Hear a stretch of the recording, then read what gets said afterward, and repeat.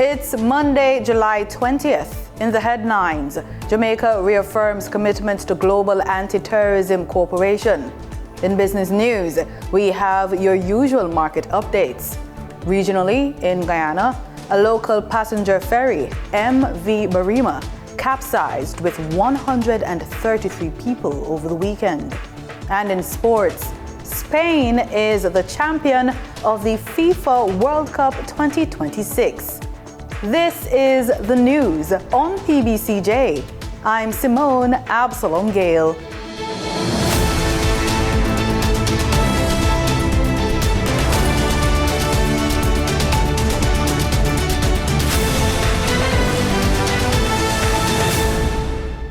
Jamaica has reaffirmed its commitment to international cooperation in tackling terrorism and emerging transnational security threats during the recent United States ministerial talks in Washington, D.C. Foreign Affairs and Foreign Trade Minister Kamina Johnson-Smith led Jamaica's delegation to the meeting, which brought together representatives from 68 countries to discuss politically motivated violence, terrorism, and regional security challenges. Jamaica is clear that terrorism in all its forms must be rejected and cannot be fought by any single state alone. While our domestic terror threat level is assessed as low, we are similarly clear that we must remain alert and informed on relevant issues, including the misuse of state institutions to advance political agendas in ways that undermine democratic norms and the rule of law. The minister also warned that the same criminal networks involved in firearms and drug trafficking could be exploited by terrorists. She called for balanced and coordinated global responses that recognize the unique challenges facing small island developing states. Institutional strengthening and effective international cooperation are therefore critical components of addressing contemporary security threat environments.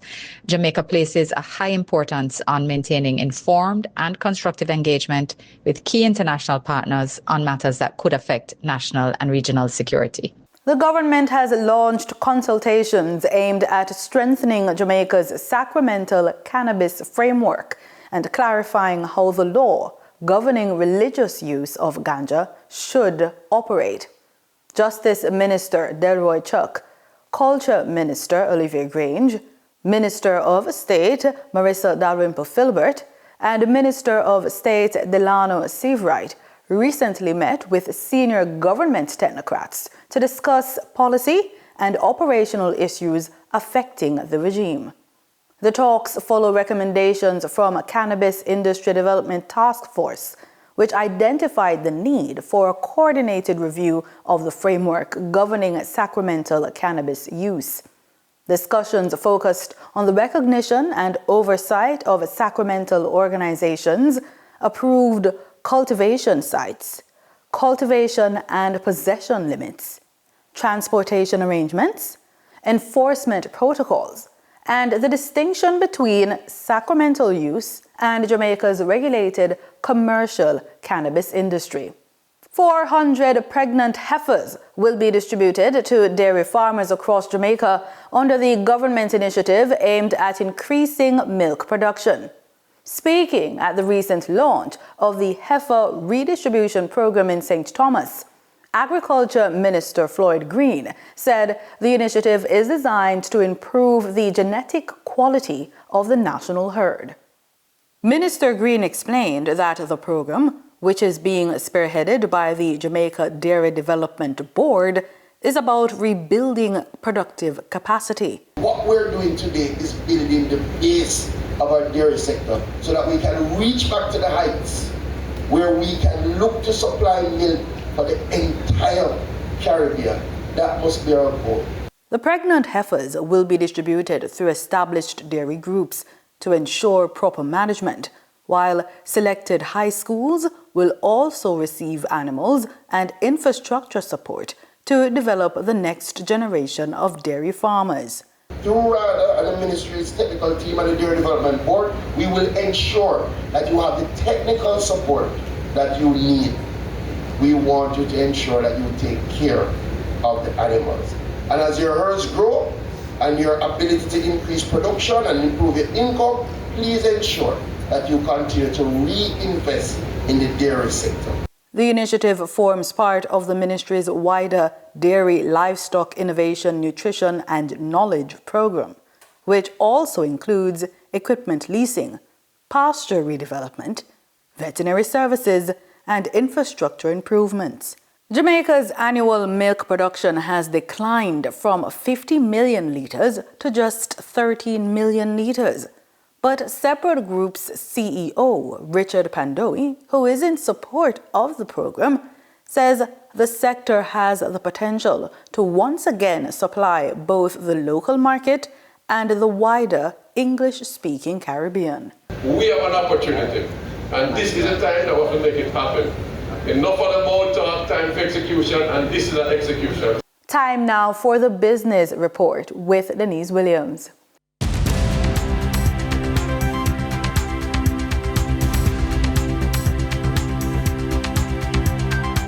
Welcome to today's Business Report. I'm Denise Williams, bringing you the developments shaping markets, capital access, and business decision making across Jamaica and the region. Let's get into the stories that matter. Cynthia Templar, Permanent Secretary in the Ministry of Industry and Commerce, is urging micro, small, and medium-sized enterprises, MSMEs, to formalize their businesses to take advantage of new growth opportunities. Mrs. Templar said businesses must be formally registered and tax compliant to qualify for government contracts and access to other financing opportunities. She noted that under the government's procurement policy, 20% of public sector contracts will be reserved from MSMEs, but only businesses that are formalized and tax compliant will be eligible. Mrs. Templar also said entrepreneurs hoping to raise between 50 million and 100 million through the recently launched micro market of the Jamaica Stock Exchange will also have to meet those requirements. Her comments came during the Small Business Association of Jamaica's Growth and Resilience Conference at the Jamaica Pegasus Hotel. Chief Executive Officer of Jamaica Life Learners, Trudy Lee Panton, has also encouraged small business operators to formalize their businesses and become members of the Small Business Association of Jamaica.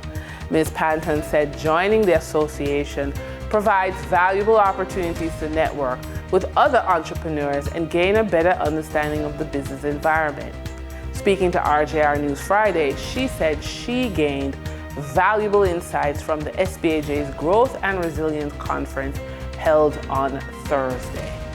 The Small Business Association of Jamaica is preparing to launch a Buy Local campaign aimed at encouraging Jamaicans to purchase more locally grown agricultural products.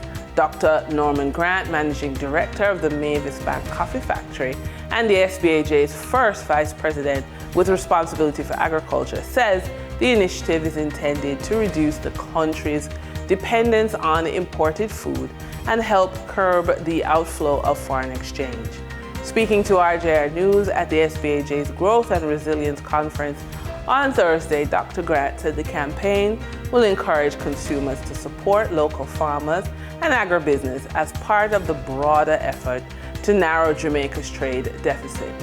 Dr. Grant said increasing demand for locally produced agricultural goods will not only strengthen the sector but also help retain more foreign exchange within the Jamaican economy.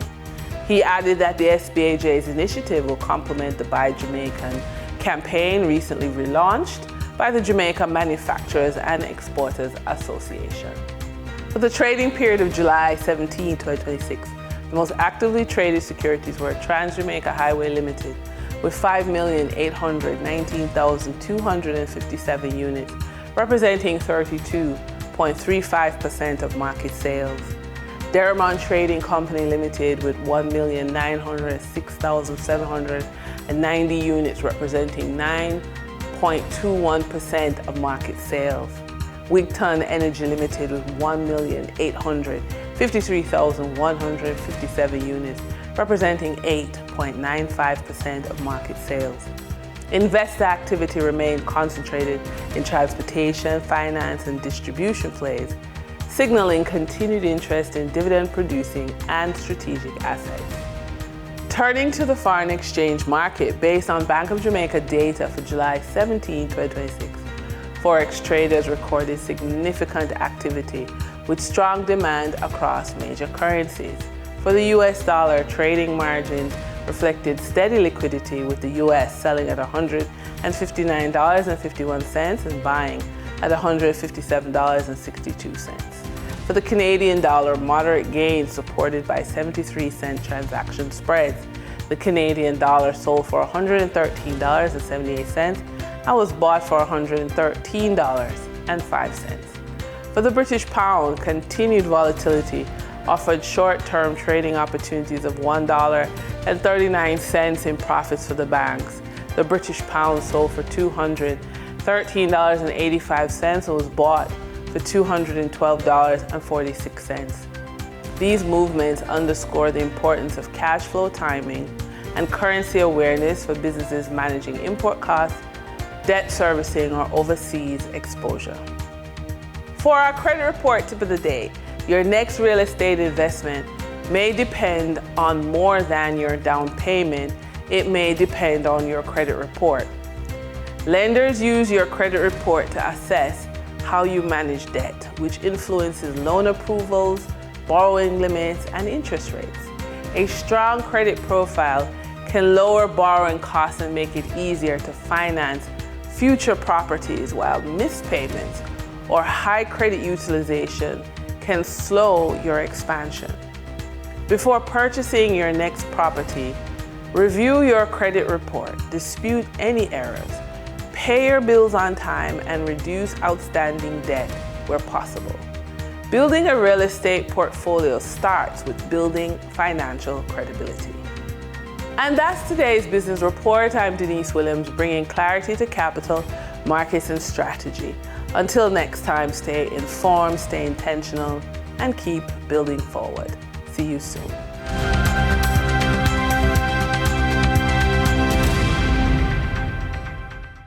A passenger ferry, MV Barima, capsized and sank off the North Atlantic coast of Guyana on July 18 while traveling from Georgetown to Port Ketuma. The vessel was carrying 133 people. We hear more from News Source Guyana. The government in an early morning statement indicated that the Tamari Air Traffic Control Tower received a distress call from the ferry at 11:01 Saturday night, triggering a search and rescue operation. At a press conference on Sunday morning, Prime Minister Mark Phillips said the search and rescue operation was initiated moments after that distress signal was received. The GDF had a helicopter overnight assisting with the search and rescue mission, and we had at least one private aircraft that was instrumental in spotting the area.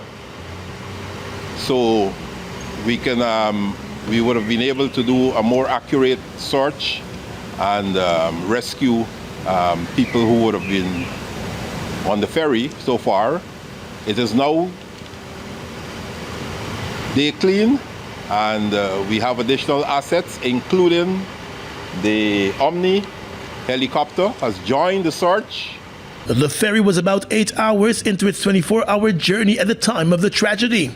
The Prime Minister said the aim of the search and rescue mission now is to rescue everyone who was on board the ferry. Prime Minister Phillips also told reporters that 2 recovery centers have been established in Regions 1 and 2. He said it is still too early to release details of the tragedy, adding that the names of those rescued will not be released until they have been fully assessed by health professionals and released from medical care. A number of children were among the passengers on board the ferry. Meanwhile, the Minister of Public Works, Bishop Juan Edgil, who asked for prayers to be said on this Sunday morning for those who were on the ferry, said stakeholders were engaged early on the tragedy, just after the distress call was received. All of the vessels available to the Coast Guard, all of the vessels available to MARAD, private operators that were operating in the area, operators of vessels from the Essequibo Coast, as well as from Region 3, were deployed, and that has led to huge success even in the dark hours, and we expect that to improve in the daylight hours now. Prime Minister Dr. Andrew Holness has extended condolences to the government and people of Guyana following the capsizing of the MV Barima. In a statement, Dr. Holness said Jamaica stands in solidarity with President Irfan Ali, the government and people of Guyana, particularly the families of the victims. He also offered prayers for the victims and praised the rescue team's continuing search and rescue operations. CARICOM also expressed sadness over the incident, extending support to affected families while commending emergency responders for their efforts. Antigua-based Liat Air says it continues efforts to cushion its passengers from paying more to travel amid rising fuel costs triggered by the conflict in the Middle East. The airline's chief operating officer, Obieko Mbanuzo, spoke with ABS News during the inaugural direct flight from Guadeloupe to Montego Bay in Jamaica. Philana Johnson reports. According to BBC, petrol and diesel prices surged when the conflict in Iran began on February 28, with the production and transportation of energy across the Middle East slowing or stopping entirely due to missile strikes and drone attacks. As the uncertainty between Iran and U.S. ceasefire agreements grow, we got an update from Liat Air following customers bearing a small part of the approximately 50% increase in fuel prices between late February to early March because of the Iran war. Trying to make sure we make those prudent decisions so we can keep the ticket prices down for the customers, even with the rise in fuel price. Because we're also looking at how are customers feeling? The customers are not finding it easy, and competition as well. You've got to look at the market and say, do we want to price out our customer? The chief operating officer adds that this is one of the reasons why resuming the route to Barbuda is not viable. We've got 50-seater airplanes, which we could fly to Barbuda tomorrow, but it would be a waste of fuel and capacity. However, he points out the twin aisle is not being placed on the back burner. They are just working towards a feasible solution, which remains a smaller aircraft. Because we're trying to fit our service to the market. As people know, especially after COVID, you can't go in there. We've got a 50-seater airplane right now, and if we want to serve the Barbuda market, we think we need a smaller aircraft, so we're really working very hard on that. I can say that something will come quite soon. ABS continues to monitor the latest developments. Philana Johnson, ABS News. A person aged 30 to 70 living in Trinidad and Tobago has a 20% risk of being diagnosed with cancer. This, according to data from the World Health Organization. Terrian Brown Campbell reports. The United Nations Resident Coordinator in Trinidad and Tobago, Joanna Kanzana, said global cancer deaths are at 26,000 a day or 20 million annually. She noted that if the situation is not addressed, it is expected to rise to 35 million annually by 2050. Ms. Kanzana shared some World Health Organization statistics for cancer in Trinidad and Tobago. According to WHO data, a person in this country faces roughly a 1 in 5 probability of dying between the ages of 30 and 70 from cardiovascular disease, cancer, or diabetes, or chronic respiratory disease. This is way too early. But encouragingly, that risk has declined since the turn of the century. Nevertheless, progress has slowed down over the past decade. Ms. Kanzana noted that the people who contract cancer are mainly the poor and the socially disadvantaged. And this burden of diseases is very uneven, falling more heavily on men, on lower-income households, on rural communities, and on families caring for older relatives. This is why health inequality is such an important problem. And this is what it looks like. And that's also why the United Nations places equity and resilient health systems at the center of our work. But she explained that the world is recording 5 times more cancer deaths at present than it did at the height of the HIV epidemic. Nearly 4 in 10 cancers worldwide are linked to risk factors that we can influence.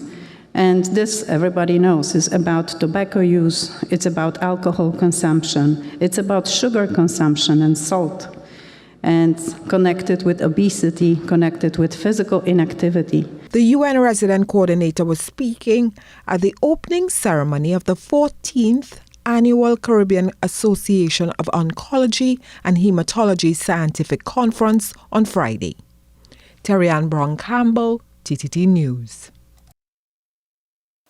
In sports, celebrations are continuing following Spain copying the FIFA World Cup 2026 championship on Sunday. Spain defeated Argentina 1-0 in extra time at the New Jersey Stadium in the United States. Ferran Torres scored the decisive goal to secure Spain's first World Cup title since 2010, ending Argentina's hopes of back-to-back championships. The match also marked another memorable chapter in the Lionel Messi legendary career, while Spain's young star, Lamine Yamal, further cemented his place among football's brightest talents. Spanish fans celebrate a historic triumph, and Argentine supporters reflect on a heartbreaking defeat. Al Jazeera's Paul Rees reports from New Jersey. Well, Spain dominated this World Cup final, but it looked like they might never score until the very start of the second period of extra time when Ferran Torres put them 1-0 up. That disappointed the vast majority of fans inside the stadium, most of whom were going for Argentina, but it's made these fans very happy. They're world champions for a second time. One of the best days of my life, like one in a lifetime opportunity to come here to this stadium. I live in New Jersey, my mother's from Spain, couldn't be happier right now. We played as a team, we played great, we played beautiful. It wasn't a dirty game, it was good football. We attacked all the time, had several occasions and scored a goal. I think we had 12 chances on goal, they had none. So I think that sums it up. Well, from his opening game hat-trick against Algeria to the comeback wins he inspired in the knockouts against Egypt and then England in the semi-finals, in many ways this has been Lionel Messi's World Cup. He couldn't get Argentina over the line this time. He doesn't go home as a 2-time world champion, but his legacy as one of the all-time greats of the game is still intact. About Messi, do you think that's his last World Cup game for Argentina? Messi is Messi. Look, yeah, Messi is Messi forever. I don't care. He don't know to win nothing. He says the Argentina, so I don't care. But I'm so sad because he said the last step. Perhaps ready to step into Lionel Messi's shoes, though, as a global superstar, is Spain's Lamine Yamal, just 19 years old, now a European and world champion. He shone in flashes in this game, but it wasn't one for individuals. It wasn't a classic either, but Spain take the trophy home as the undisputed best team in the world. The one team at this tournament that even the great Lionel Messi couldn't beat. Paul Rees, Al Jazeera, at the New York, New Jersey Stadium. In other news, Minister of Culture, Gender, Entertainment and Sport, Olivia Grange, has paid tribute to legendary West Indies cricket captain Sir Garfield Sobers, describing him as an absolute titan, whose legacy extended far beyond the game of cricket. Sir Garfield died at his home in Barbados on Friday, July 17, at the age of 89. Just days before his 90th birthday. In a statement, Minister Grange extended condolences to his family, the people of Barbados, and the regional and international cricketing community. She also highlighted Jamaica's special place in Sir Garfield's remarkable career, recalling that it was at Sabina Park in 1958 that the then 21-year-old scored an unbeaten 365 against Pakistan, setting a world record for the highest individual test score, a mark that stood for 36 years. Barbadian cricket legends gathered at Sir Garfield Sober's statue outside Kensington Oval on Sunday to pay tribute to the national hero. CBC's Damien Best reports. The bronze statue of the late Right Excellent Sir Garfield Sobers has become a national memorial ground as former teammates, government officials and cricket fans are actively gathering at its base to lay floral tributes, paying their respects to the man widely considered the greatest cricketing all-rounder of all time, with members of the cricket legends of Barbados. It included Sir Wesley Hall and Sir Charlie Griffith, whose statues were unveiled in 2020 and 2024 respectively, forming a trio of Barbadian and West Indian juggernauts at the entrance of the region's Mecca. Also included in the procession from the Cricket Legends Museum at Herbert House were Joel Big Bird Garner and some of the former players of the modern era: Philo Wallace, Courtney Brown, Pedro Collins, Vasbert Drakes, Dwayne Smith, Fidel Edwards and Tino Best. Sir Wes remembers the last time he visited Sir Gary at his home. Only about, I reckon maybe about nearly a year. My daughter and I, we went to see Sir Gary, and I felt so good for him. You know, he was, although he was sick, but then he had come out, you know, in the light. It was really good.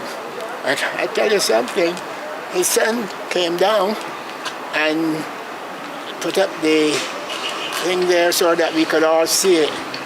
And then Sir Gary looked at the thing and he said, "Oh, what a shot! What a shot! Oh my God, Wes, what a that shot!" I said, "Gary, there's you back in."